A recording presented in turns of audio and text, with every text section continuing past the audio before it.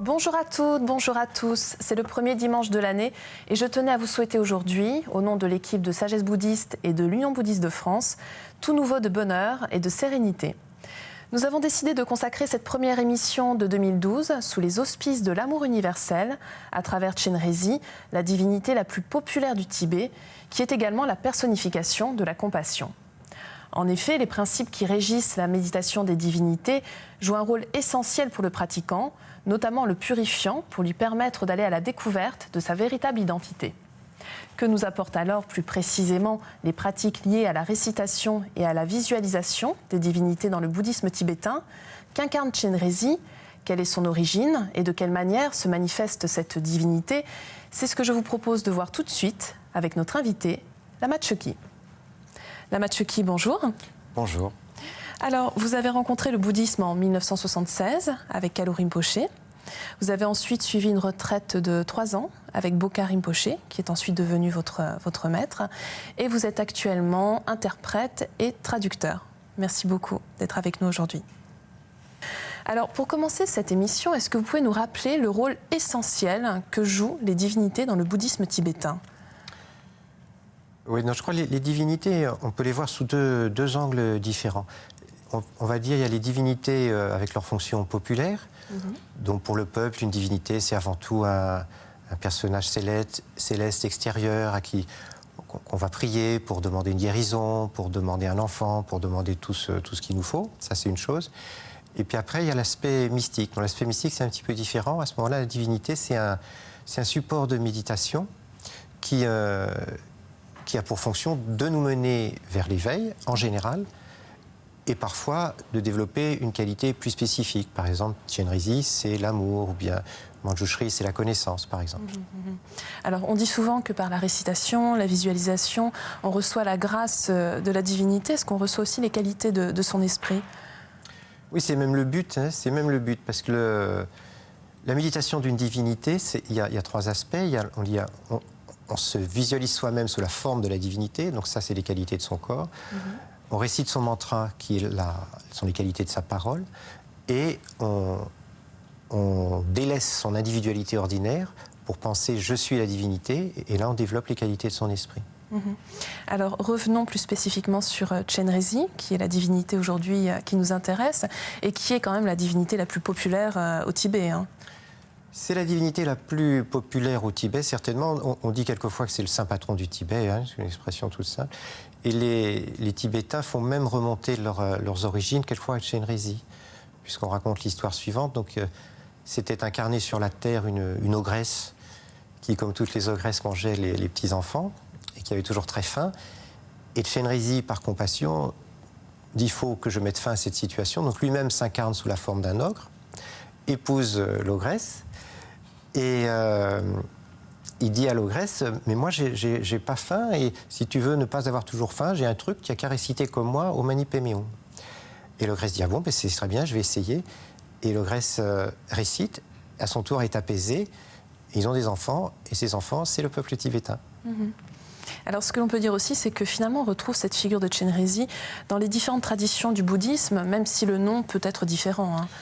On le trouve notamment en Chine sous la forme Kuan Yin, où la seule différence, c'est qu'il est féminin, tandis qu'au Tibet, il est masculin. D'accord. Et alors, pourquoi est-ce qu'on dit que Chenrezig est à la fois essence et apparence? Ça peut sembler contradictoire comme ça, mais... Non, il est essence et apparence comme toute chose, hein, comme vous, comme moi, comme le studio, c'est à la fois essence et apparence. Mais disons, pour une divinité, on dit essence et apparence. L'essence, ça veut dire quoi? Ça veut dire, le vrai Chenrezig, c'est l'esprit éveillé. Et en particulier, l'amour compris dans l'esprit éveillé.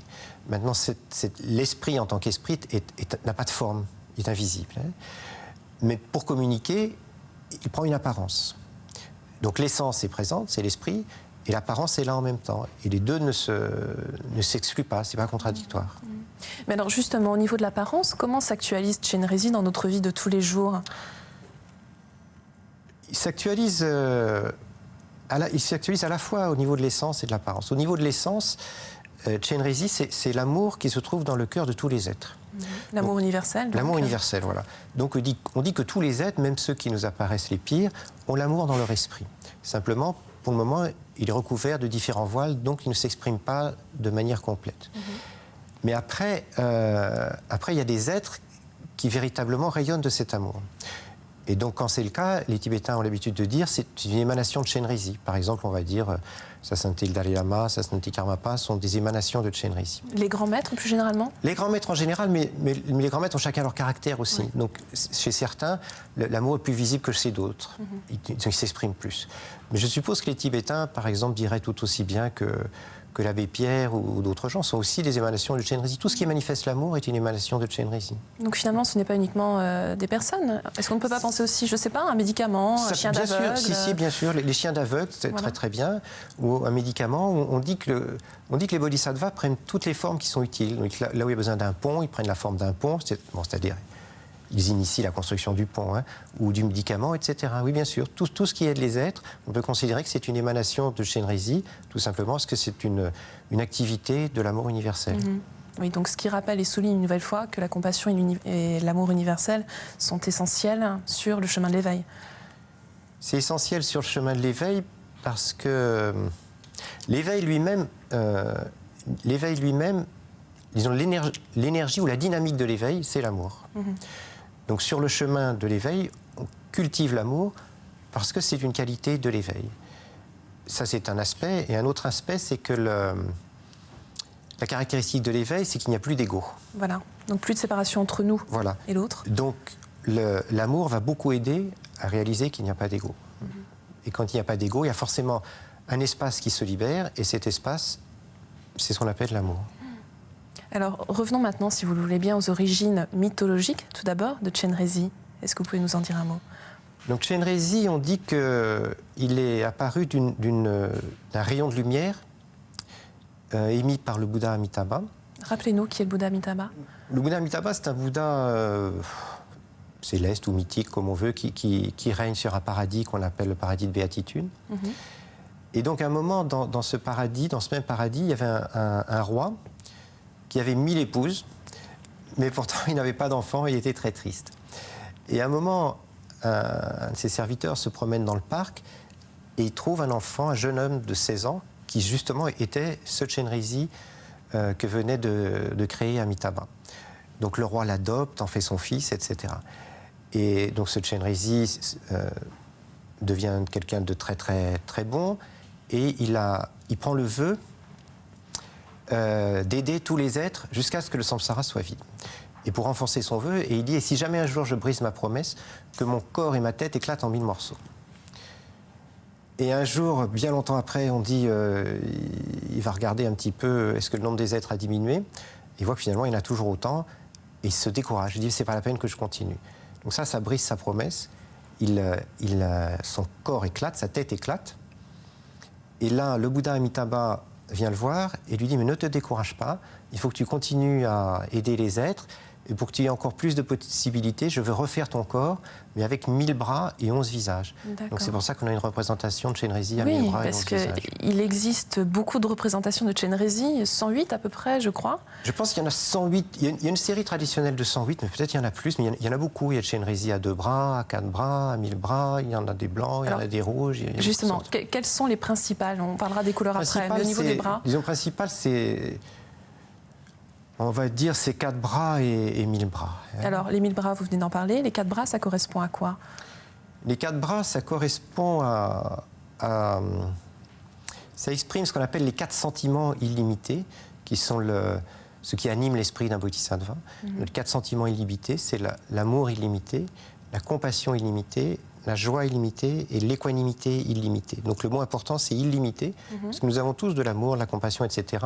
Mais à notre niveau, c'est limité. Tandis que pour un bodhisattva, c'est illimité, ou on dit encore inconditionnel. Et qu'en est-il des couleurs? Blanc symbolise la pureté. Oui. Donc quand il est blanc, ou quelquefois il y a un Chenrezig qui est rouge, et rouge à ce moment-là, ça symbolise la puissance de l'amour qui attire les êtres. Et ces attributs sont aussi très très importants. Est-ce que vous pouvez nous en dire un mot? Que ce soit le lotus, le mala Oui. Donc tous ces attributs représentent l'amour. Donc d'un côté, on peut dire que ça symbolise quelque chose, mais symbolise, on a presque l'impression que ça représente autre chose. Et ici, ce n'est pas dans ce sens-là, c'est une expression des qualités de l'éveil. Donc il a disons, si on prend Chenrezig à 4 bras, donc dans une main droite, il tient un mala, et quand on égrène un mala, on tire les perles vers soi. Et ça symbolise qu'il tire les êtres en dehors de la souffrance. Dans une main gauche, il tient un lotus. Et comme on sait, un lotus pousse à partir de la vase, mais sa fleur reste immaculée. Ouais. Et on dit donc Chenrezig œuvre dans le monde, au milieu de tous les défauts du monde, de toutes les imperfections du monde, mais il n'est pas touché par ces imperfections. Et dans ces deux autres mains jointes au niveau du cœur, il y a un joyau. Et ce joyau s'appelle le joyau qui accomplit tous les souhaits, qui représente l'amour, parce que l'amour infini accomplit les souhaits de tous les êtres.